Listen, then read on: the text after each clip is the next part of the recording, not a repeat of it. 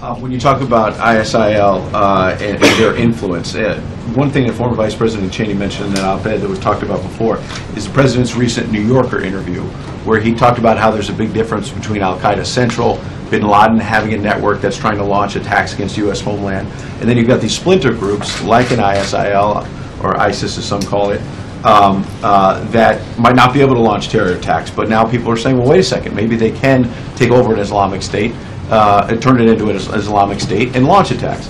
And the President said in that interview with New Yorker, quote, if a JV team puts on Lakers uniforms, that doesn't make them Kobe Bryant.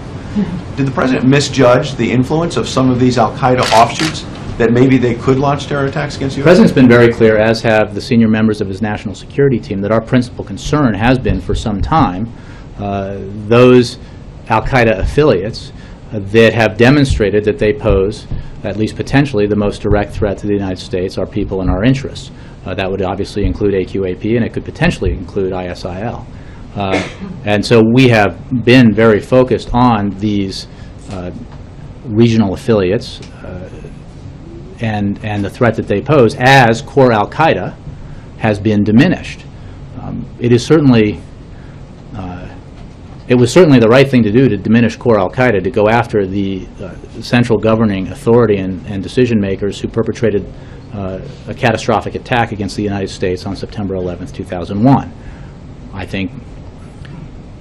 I hope senior members of the previous administration would agree with that and the objective that was pursued and has in substantial measure been achieved. That doesn't mean that we don't pose other substantial threats. The President and every member of his national security team has been very clear about that. And we have, as you have seen as a nation, in our collaborative relationships with other nations, as well as acting on our own, taken action to, where we can, mitigate the threat posed by extremist groups to the United States, and we'll continue to do that.